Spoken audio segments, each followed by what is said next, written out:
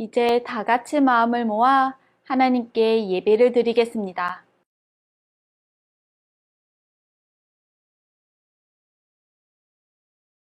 하나님은 영이시니 예배하는 자가 영과 진리로 예배할지니라. 나는 전능하신 아버지 하나님, 천지의 창조주를 믿습니다. 나는 그의 유일하신 아들, 우리 주 예수 그리스도를 믿습니다. 그는 성령으로 잉태되어 동정녀 마리아에게서 나시고 본디오 빌라도에게 고난을 받아 십자가에 못 박혀 죽으시고 장사된 지 사흘 만에 죽은 자 가운데서 다시 살아나셨으며 하늘에 오르시어 전능하신 아버지 하나님 우편에 앉아 계시다가 거기로부터 살아있는 자와 죽은 자를 심판하러 오십니다. 나는 성령을 믿으며 거룩한 공교회와 성도의 교제와 죄를 용서받는 것과 몸의 부활과 영생을 믿습니다. 아멘.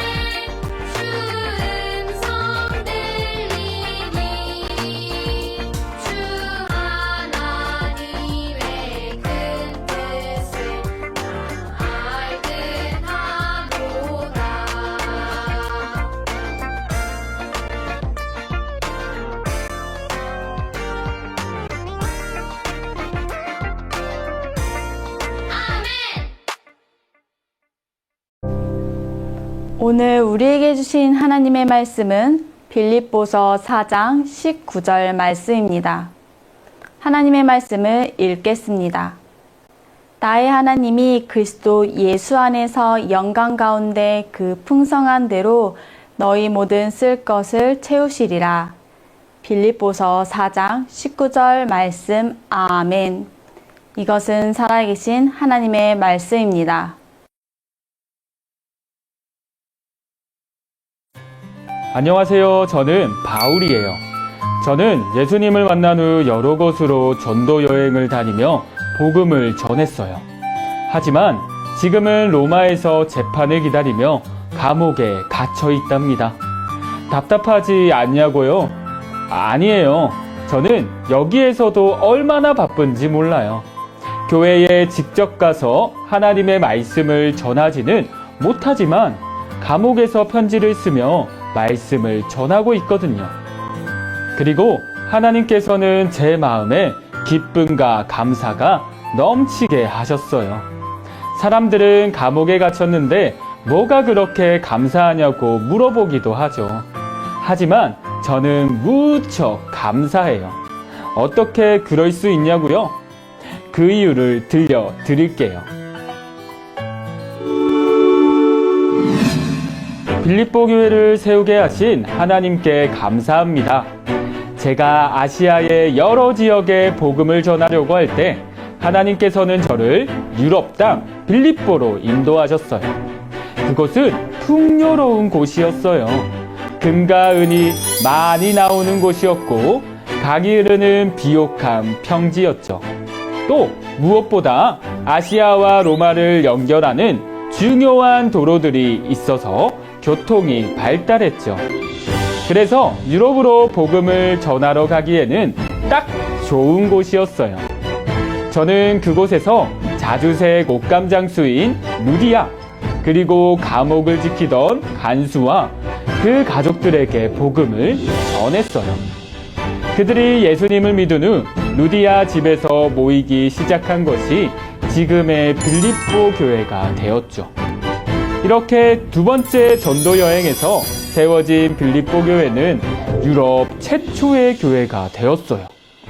비록 저는 지금 감옥에 갇힌 몸이지만 빌립보 교회를 세우시고 복음을 전할 길을 열어주신 하나님께 감사를 드려요. 빌립보 교회 이야기를 하다 보니 그들이 저를 걱정하고 있을 거라는 생각이 드네요. 아마 제가 로마 감옥에 갇혔다는 소식을 들었을 거예요. 얼마나 걱정하고 있을지 어서 빌립보 교회 성도들에게 편지를 써야겠어요. 뭐라고 편지를 시작할까요? 나의 사랑하는 빌립보 교회 성도들, 나는 기도할 때마다 항상 여러분 모두를 마음에 두고 기쁜 마음으로 기도합니다. 아, 빌립보 교회, 그 이름을 부르는 것만으로도 힘이 나네요. 그것은 빌립보 교회가 저를 항상 도와주었기 때문이에요.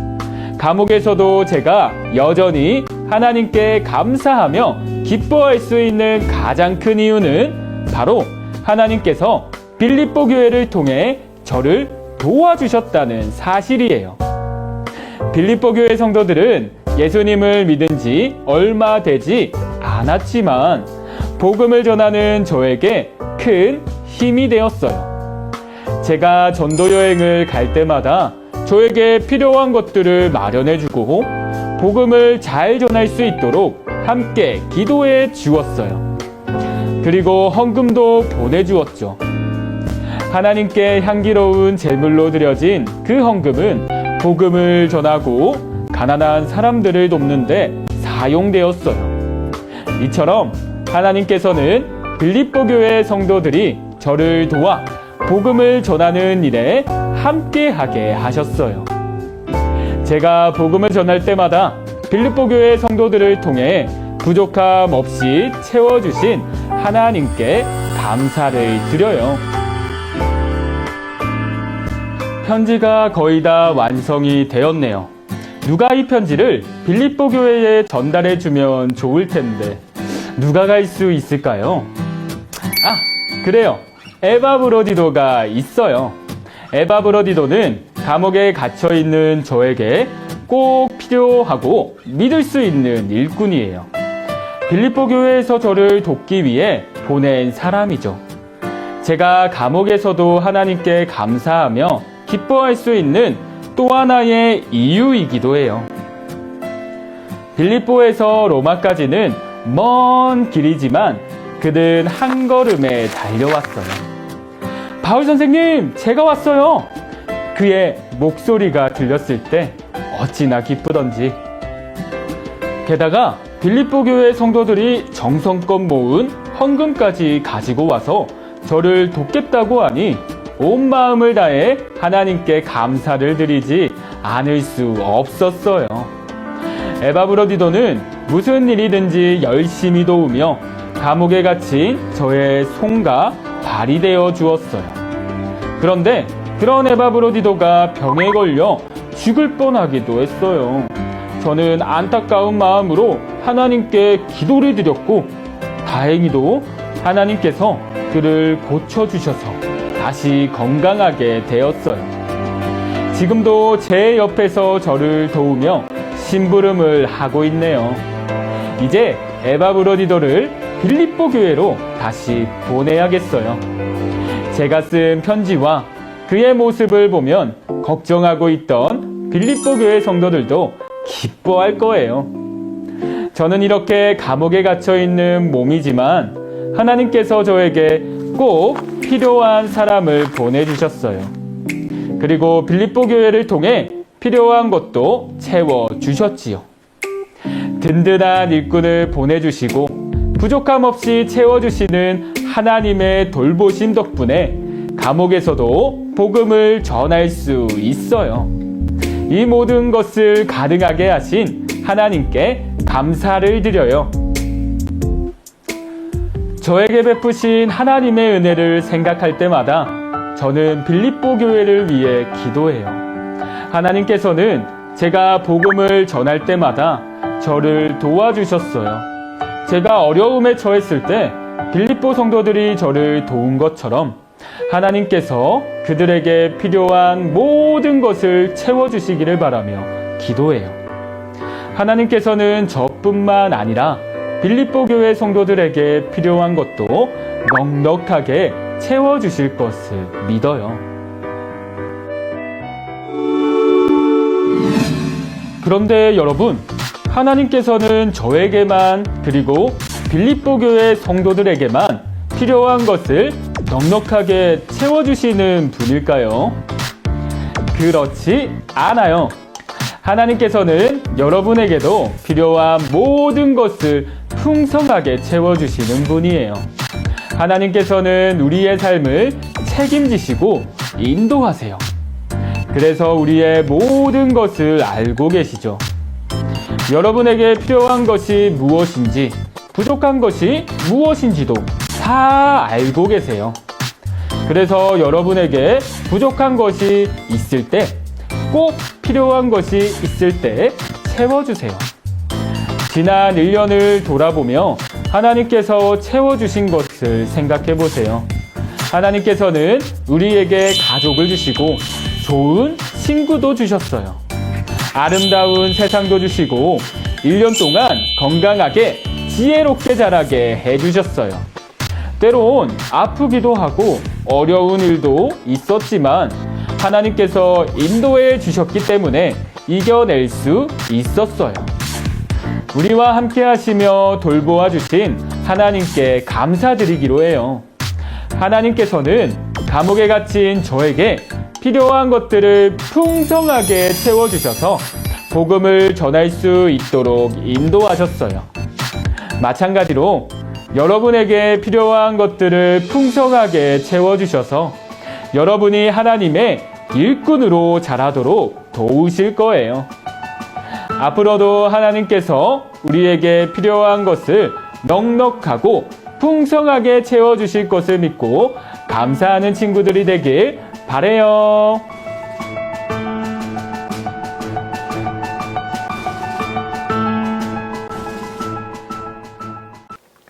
아버지 하나님 감사합니다. 우리로 은혜의 통로 삼아 주시고 이 풍성함의 신비를 누리게 하시니 감사합니다. 하나님께서 우리에게 허락하여 주신 그 무한한 풍성함이 우리를 통하여 하나님의 교회를 세우고 어려운 이웃들을 돕는 일에 쓰여지게 하여 주시옵소서. 감사드리며 이 모든 말씀 예수 그리스도의 이름으로 기도하옵나이다. 아멘.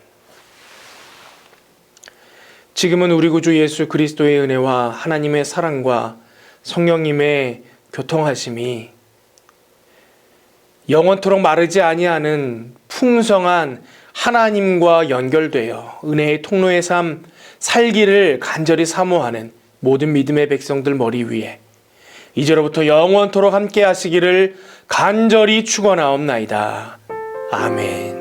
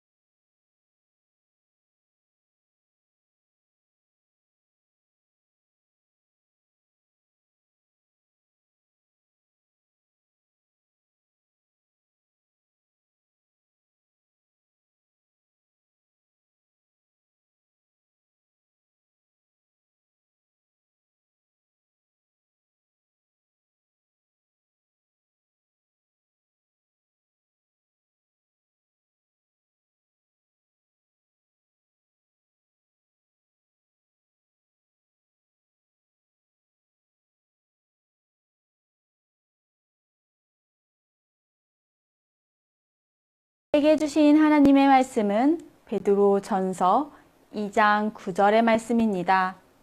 하나님의 말씀을 읽겠습니다.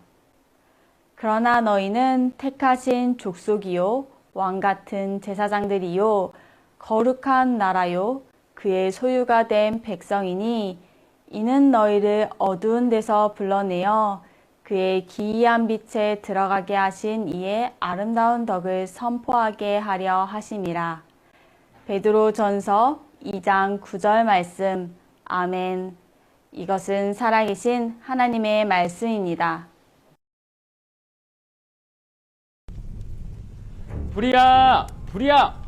서기 64년 7월 18일 거대한 로마 제국의 수도인 로마 시내 한복판에서 불길이 치솟았어요.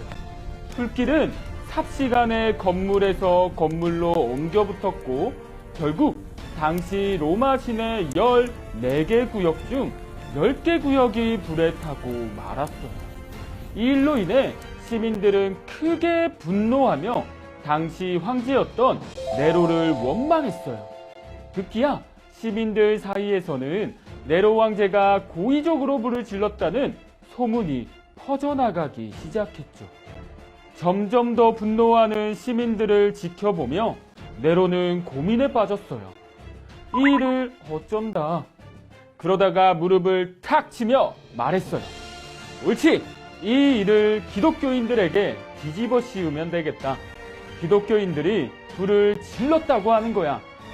네로의 계획대로 기독교인들이 불을 질렀다는 소문이 퍼지자 시민들은 기독교인들을 미워하기 시작했어요.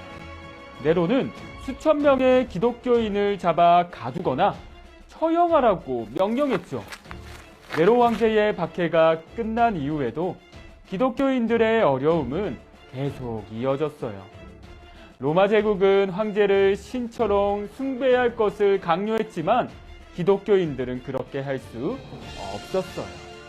왜냐하면 그들은 오직 하나님만 예배하며 섬겼기 때문이에요. 오늘 우리가 읽은 베드로전서는 이런 상황에서 쓰인 책이에요. 베드로는 박해받고 있는 기독교인들에게 그들이 하나님 앞에 어떤 존재인지 어떤 약속을 받았는지 분명하게 가르쳐 주고 있어요. 박해를 견디고 있는 이스라엘 백성에게 주신 하나님의 약속이지요. 하나님께서는 그 약속을 오늘 우리에게도 주셨어요. 다 함께 베드로전서 2장 9절 말씀을 읽어볼까요? 하나님께서는 우리를 택하신 족속, 왕같은 제사장, 거룩한 나라, 하나님의 소유가 된 백성이라고 말씀해 주셨어요. 자, 그렇다면 모든 사람이 태어날 때부터 이런 존재였을까요? 그렇지 않아요. 성경은 하나님께서 우리를 어두운 데서 불러내셨다고 말하고 있어요.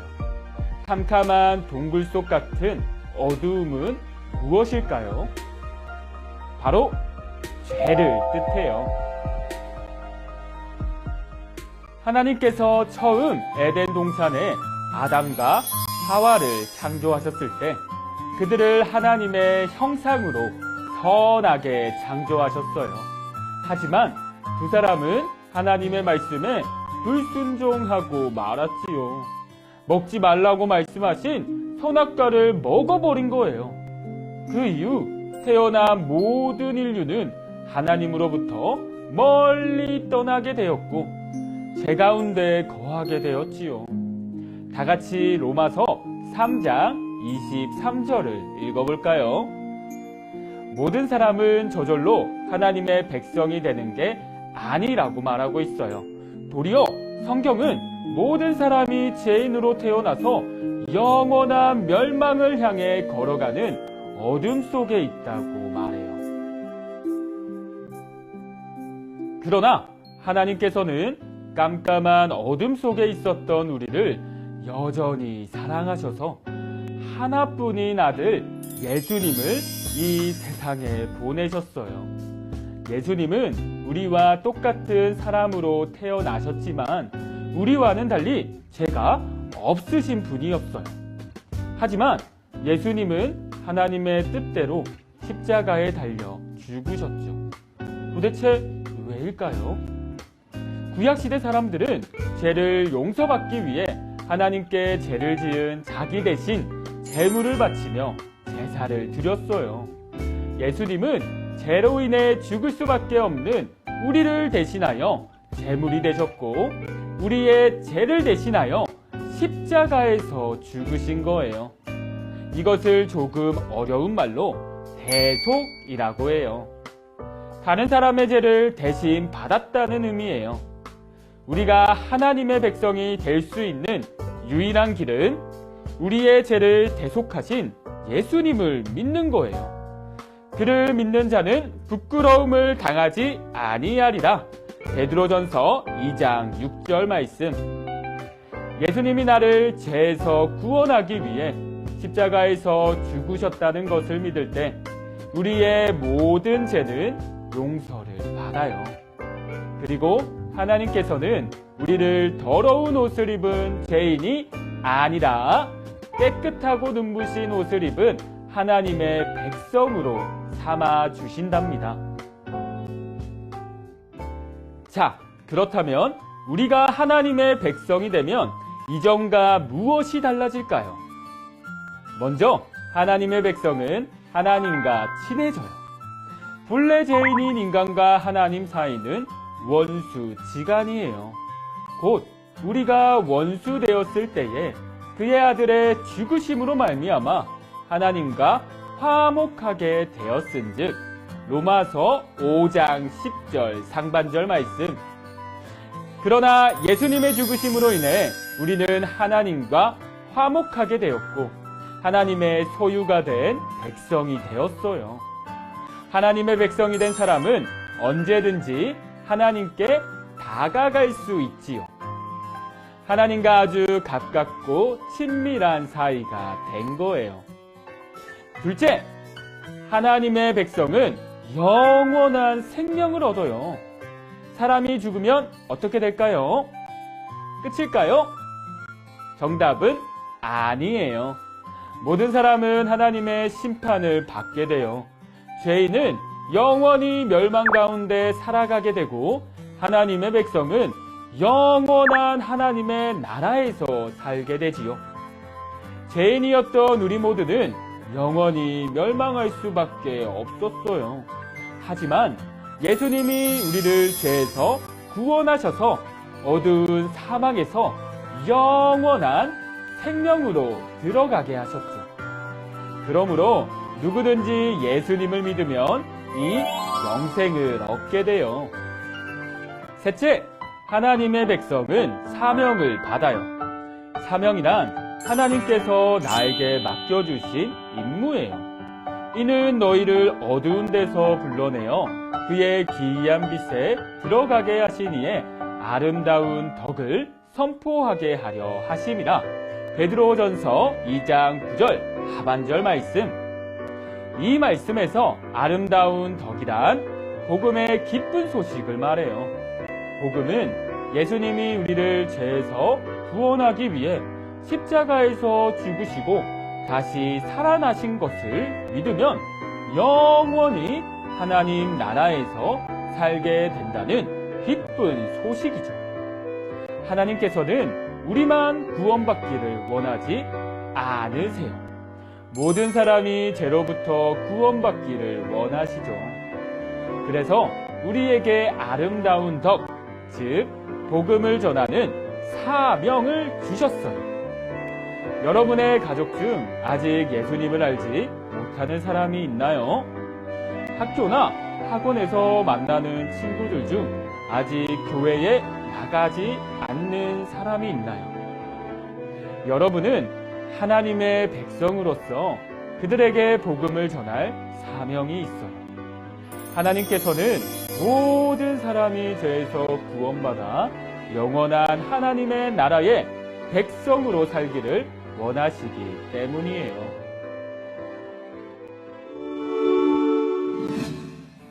우리는 하나님의 백성이에요. 초대교회 교인들은 네로 황제뿐만 아니라 이후 다른 로마 황제들로부터도 많은 환난과 박해를 겪었어요. 하지만 그들은 그 모든 믿음의 시련을 잘 인내하며 견뎌냈지요. 그들이 이러한 어려움을 이겨낼 수 있었던 것은 하나님 앞에서 자신이 어떤 존재인지를 분명하게 알았기 때문이에요. 이처럼 우리도 자신이 어떤 존재인지 분명하게 알아야 해요. 예수님을 믿는 여러분은 하나님께서 선택하신 하나님의 백성이에요. 우리도 때때로 하나님의 백성으로 살고자 할 때 세상에서 어려움을 겪을 수 있어요. 그럴 때마다 여러분이 하나님의 소유가 된 하나님 나라의 백성임을 기억하고 어려움을 이겨내며 예수님을 알지 못하는 사람들에게도 이 복음을 전하는 여러분이 되기를 간절히 바랍니다.